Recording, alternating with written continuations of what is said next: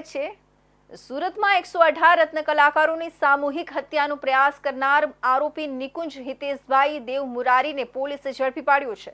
મેનેજરના ભાણિયા નિકુંજે જ પાણીમાં દુર્ગંધની જાણ કરી હતી અને એ જ આરોપી નીકળ્યો છે। આરોપી નિકુંજના મામા અનબ જેમ્સમાં મેનેજર છે અને નિકુંજ પણ એડમિનિસ્ટ્રેશન વિભાગમાં આસિસ્ટન્ટ મેનેજર તરીકે નોકરી કરતો હતો। નિકુંજે મિત્ર પાસેથી 10 લાખ ઉધાર લીધા હતા, જે ચૂકવી ન શકતા તેણે આત્મહત્યા કરવાનો વિચાર કર્યો હતો। સવારે દુકાનમાંથી ઝેરી દવા સેલ્ફોસ ખરીદી હતી। ફિલ્ટર પાસે જઈને આ ઝેરી દવા પાણીના ગ્લાસમાં નાખીને પીવાનો પ્રયાસ કર્યો હતો, પરંતુ હિંમત ન થતાં તે ત્યાં ઊભો રહી ગયો હતો।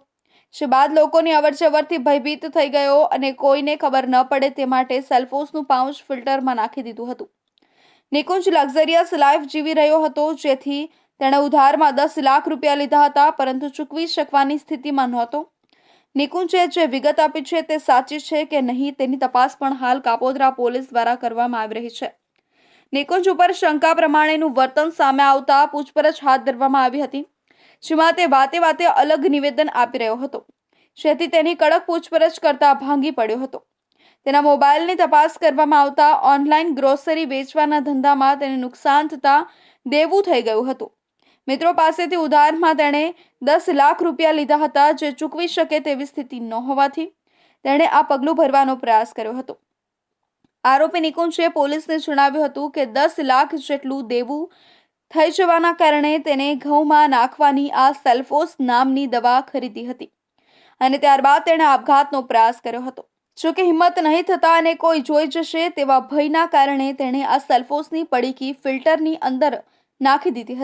कापोद्रा पुलिस स्टेशन के विस्तार में अनब जेम्स में जो रत्न कलाकारों को पॉइजनिंग करने का जो केस हुआ था, उसमें हमने 307 आईपीसी अटेम्प्ट टू मर्डर का केस जो रजिस्टर किया था, उसमें हमने मुख्य आरोपी जो मेन अक्यूज्ड है उसको हमने पकड़ लिया है। उसका नाम निकुंज हितेशभाई देव मुरारी है और घटना की वारदात ऐसी है कि इसने अपने फ्रेंड से 10 लाख रुपए का उधार लिया था और ये ऑनलाइन बिजनेसेस जैसे ईबे या इट्सी जैसे बिजनेसेस ऑनलाइन प्लेटफॉर्म्स में सेलिंग का काम करता था और इसके अपने फ्रेंड से काफ़ी लोन हो गया था। इसके फ्रेंड को कहीं विदेश जाना था, तो इसका फ्रेंड जो है इसके ऊपर प्रेशर बना रहा था बार बार पैसा लौटाने का, और इसकी लाइफस्टाइल भी थोड़ी लेविश थी। एक दो खर्च इसके ज़्यादा थे, जितनी इसकी आवक थी इसकी सैलरी सिर्फ 21,000 रुपये थी। तो इसके उपलक्ष्य में इसने सुसाइड करने का अटेम्प्ट किया। जब ये सेल्फोस का पैकेट फाड़ के अपना जान लेने के लिए पानी की टंकी के पास गया, तो इसकी हिम्मत नहीं हुई और ये डर गया, और वहाँ पे लोगों की आवक काफ़ी थी, तो इसने डर के मारे वो छुपाने के लिए उस पैकेट को पानी में डाल दिया। પોલીસે સેલ્ફોસના પાઉચ આવ્યા તેના બેચ ટ્રેકની તપાસ કરી હતી। ફિલ્ટરમાંથી જે સેલ્ફોસનું પાઉચ મળ્યું હતું એ બેચના 24,000 પાઉચનો જથ્થો 21મી માર્ચે સુરત આવ્યો હતો, જેમાંથી 9,000 પાઉચ કાપોદ્રા વરાછા વિસ્તારની દુકાનોમાં ડિસ્ટ્રીબ્યુટ થયા હતા। આ જથ્થો કઈ કઈ દુકાનોમાં ગયો હતો અને આ પૈકીની કોઈ દુકાનમાં આ કારખાના સાથે સંકળાયેલી વ્યક્તિઓ કે તેમના પરિચિતે ખરીદ્યો હતો એની પણ તપાસ હાથ ધરી હતી। સુરત મહાનગરપાલિકામાં આમ આદમી પાર્ટીમાંથી કોર્પોરેશનની ચૂંટણી જીતી